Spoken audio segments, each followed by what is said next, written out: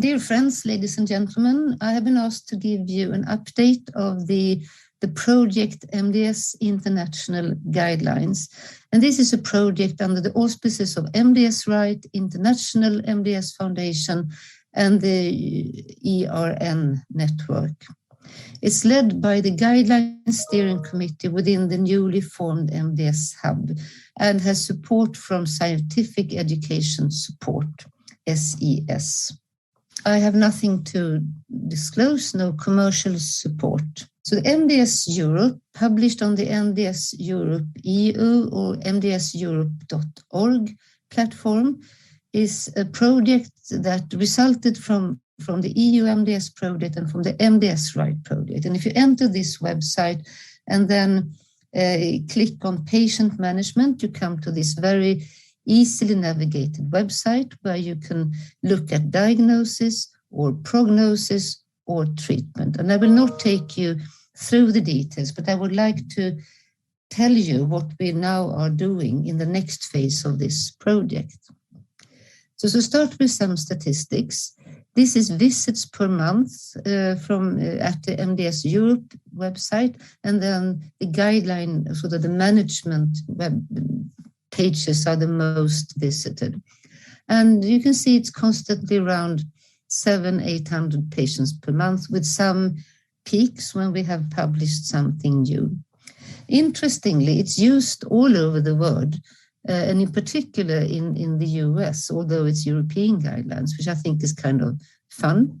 And some differences, a little bit more in India and China, the UK, the pale blue in some other areas. So this is this simple web-based bullet-formed guidelines actually are used all over the world.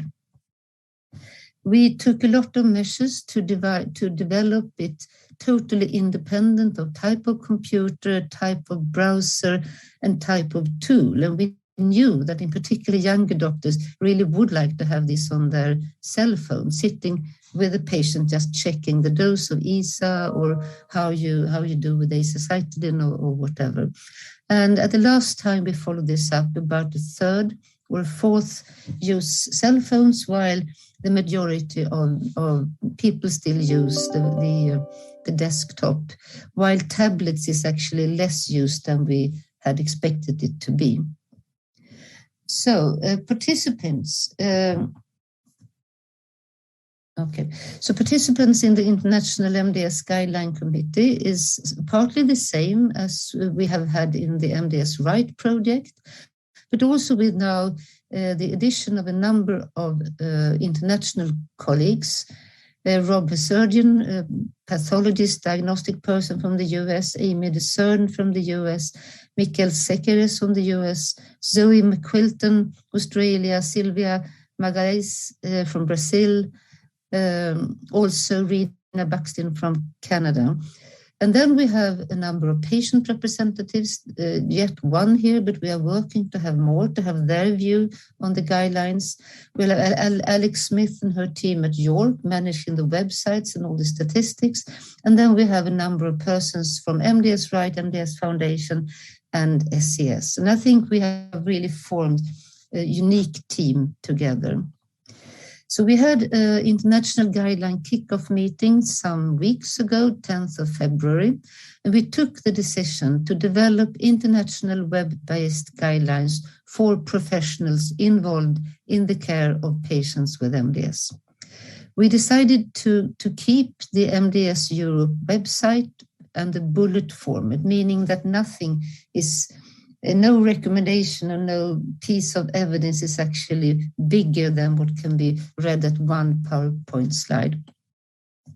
We realize that other stakeholders actually are reading this, pharma, for example, political persons, and we know also that a lot of patients read these websites because they are quite easy to read. But we would like to have the potential for later projects directed towards other stakeholders, I would say patients in a better way and then in different languages.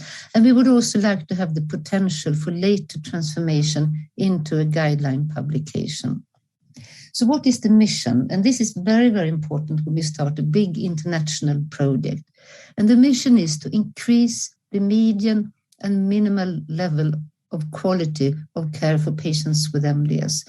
But primarily, we do not target you who are sitting in this audience, because you are specialists, most of you here, but we really would like to provide a better standard care for a larger proportion of patients with MDS. So we have done then the work to define the target audience.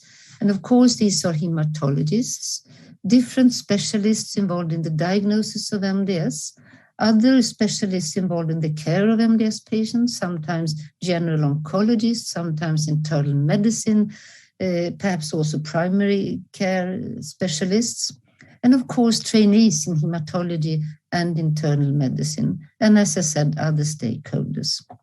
And the format is web-based, open to everyone, no passwords, you don't have to register, nothing. Everyone can look at these. Simple language, bullet form, and what we call a responsive format, as easy to use on a computer, tablet, and smartphone, and no hang-ups for any modern browsers or Microsoft extras that just shuts people out. And it should be very easy to update and change when new significant information is published. So what we have done methodologically so far is that we are about to form working groups for the different sections, like diagnosis, prognosis, ESAS, immunosuppression, azacitidine, allogeneic stem cell transplantation, and so forth. And each working group, or the small working group, should be led by a member of the guideline committee. But then each working group should also be extended to more colleagues in Europe, for example, those who were involved in the previous MDS Right projects, to other people in Brazil, in all the countries that we have been talking to now. So also ordinary doctors, more junior colleagues. The process then is to start with a literature review done by SES by help of the working group chair, and then to have a number of working group meetings to form the key clinical questions, a list of indications for this particular treatment we are talking about, to make a synthesis and quality of evidence of what we can find in the literature. If we disagree, or if we don't have enough evidence, do scenario analysis. I will come back to that, and then formulate recommendations. Update bullet form guidelines from MDS Europe, and decision about final version in the large group. If no consensus, I repeated this, the scenario method. And the basic aim is to have groups formed and key questions defined by June this year, to have a first raw version of the guidelines by September this year, and to have a first raw guideline version launched online December this year. Let's see whether that is feasible, but this is our goal. So what is then scenario analysis? And this is a specialty of Luca Malcovati. He has led us through many scenario analysis. And I can assure you that when we wrote the European guidelines, there were many times when we actually disagreed vividly in a very fun way, but quite high voices sometimes. And the procedure aims to combine the best available scientific evidence with a collective judgment by experts in order to reach a consensus on the indication of a certain treatment or procedure in case scientific evidence is not at a level of detail sufficient enough to sustain everyday clinical decision. And we have already worked with a series of clinical scenarios that have been defined based on the parameters relevant to therapy choice. When I talked about in my ESA talk, I said that what we used before with the serum EPO cutoff and the transfusion dependency cutoff is not really relevant today, because most patients are actually have a low or no transfusion needs. You have to always make these scenarios live. Procedure or treatment is considered to be appropriate if the expected health benefit, increased life expectancy, relief of pain, reduction in anxiety, improved functional capacity, and so forth, exceeds the expected negative consequences, mortality, morbidity, anxiety, pain, time lost from work, by a sufficiently wide margin that the procedure is worth doing, exclusive of cost. So the scenario doesn't take cost into account, and that is very important. That is the job for the health politicians. So an example could be, this is a male, his age is 41, good performance status, fairly good blood status, slightly elevated bone marrow blasts, del 12P karyotype, intermediate risk 1. He has an HLA identical sibling available. Should we treat him with allogeneic stem cell transplantation? And you can do this real life, but we are not doing this today. And then this may be quite easy. He has a good prognosis, MDS, but you can then say that he's 71, or you can exchange del 12P to monosomy 7, and you can work with scenarios like that to really see how a large, well-informed expert group actually deal with these problems.